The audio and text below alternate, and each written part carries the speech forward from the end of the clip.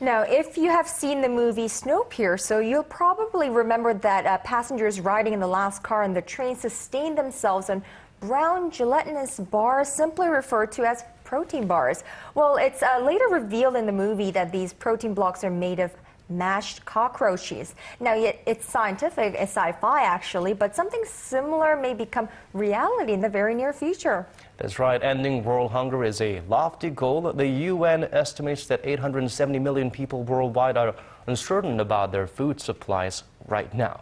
But according to various academics and biological engineers around the world, insects, them being used as food, it might be sci-fact instead of sci-fi. Right, so one academic has put forth this idea here in Korea, and he says insects are what will save the global population of 9 billion by the year 2050. And in light of the World Food Day, which is tomorrow, October 16th, he joins us live in the studio. Dr. Kim Eun-gi, Professor of Biological Engineering at Inha University. Professor Kim, welcome to the program. It's nice to see you here. Well, I'm going to start with a very obvious question. Most people, we do not enjoy seeing wings and legs and eyeballs in our dishes. And apparently, UN report says that it may be the food of the future. Right. So tell us more about this idea. Right. Briefly speaking, there might be three reasons why we should develop the insect as a future food.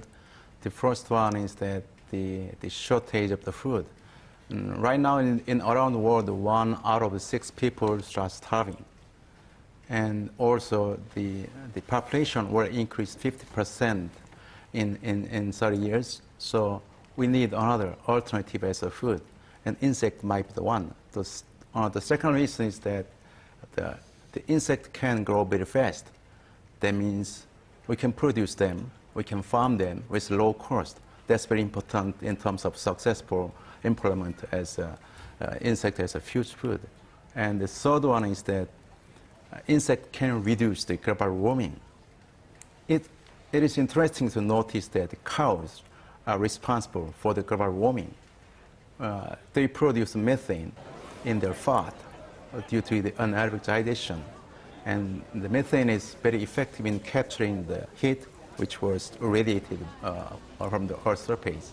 So if we, instead of cow farming, if we raise the insect, then it will definitely reduce the global warming. So why not insects for the future food?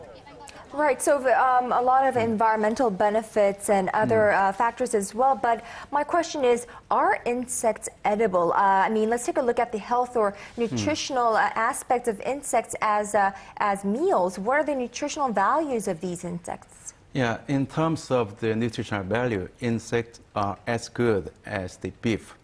Beef here means the animal protein.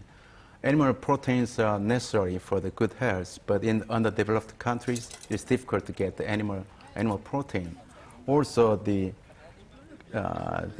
when the food scientists analyze the amino acid composition, it is almost same as that of the beef, or it is better than that of the beef.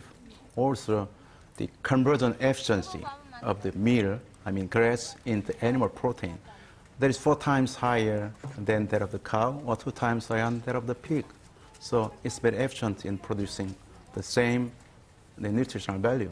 Right. If you think, if you think once more, eating animals like pigs and cows are just as appalling as eating insects, if you put it that way. Now, I was surprised to find out that there are already a number of insects that have been approved by the Korean authorities as proper foods. What are they? Yeah, right now there are 2 kinds of the insect which are registered as food, I mean edible. The one is the grasshopper, and second one is the larva of the silkworm, we call it in Korean is bandegi. Those 2 are registered, and the other insect which will be registered will be the mealworm. It's kind of larva, and the other one is the cricket, and some larva of the beetle. They will be waiting to be registered as a food. Okay, better than beef, or if not as good as beef, you said. But a very quick question: how does it taste? Could it be prepared to taste just as good as the Big Macs or the French fries we eat? Someone by blind testing, they tried to let them eat the mealworm, and they could not. they could not differentiate between the beef and mealworm. So if we don't see the shape, it's okay. So that's another question I had for you. The biggest barrier is, of course, sensing or knowing, fully aware of the fact that we're eating insects. That's right. But, we're just not used to accepting them as food. So what kind of measures are being taken to overcome this barrier, this visual barrier? Right. The most difficult barrier is the shape and the feeling of the eating that they discussed. Or knowing that you're that's right. having insects, yeah. So personally, when I went to the Bangkok, Thailand, I visited the domestic market with my friend, and I found that there are a lot of the insects which are roasted and deeply fried. And I tried to show my friends that I am brave, so I tried to pick up one of them. Oh. But my hands was hovering like this. I could not pick up because the insect was cicada, dragonfly, and some spider with the hairy legs. Oh. So, and I finally could find the grasshopper. I'm happy to pick up that. So what I'm saying is that there's a matter of perspective.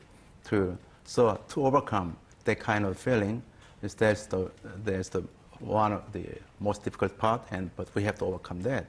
So there are some interesting stories. In old times in America, the Indians used to eat the cricket as a food, but they are not familiar with the prawn. And someone brought the prawn, but Indians are reluctant to eat the prawn because they have never seen. And they tried to call the prawn as the cricket from the sea. Then they succeeded in eating that. Also, same thing happened recently in Australia. One of the famous cook tried to put the cricket in the food list. So he named it as the prawn from the sky. So it might be more easier to pick up if you think that way. So that might be one of the way to overcome that kind of barrier. Right, it's a matter of naming it, phrasing it differently, or preparing it, or making it invisible by grinding it into powder or something like that. I mean, I think tuna is sometimes called the chicken of the sea, so why not? Right, and that's exactly powdering it and processing it and then putting it into food products is one of the ideas that won a grand prize. It was by one startup made up of students from McGill University in Canada. Now, what's your outlook on on insects becoming a daily meal for humans in the near future? That's right. As we talked about the main mental barrier, so to overcome that, the one way is to just grind them into powder or extract the nutrients from the insect. Then we can put it in the can, or we can make it as a bar. Then, if we eat that can or bar, then we are familiar that we are eating the insect. Then after that, we can move forward to eat insect as it is. I mean, so in the case we can find the cricket in the fine dish in the fine restaurant, so with your friends. So I think that might be the one of the step to be familiarized with the insect as a future food. Okay, Dr. Kim Eun-gi, Professor of Biological Engineering at Inha University, thank you so much for sharing your insights and giving us a glimpse of the future. Okay, nice to see you here.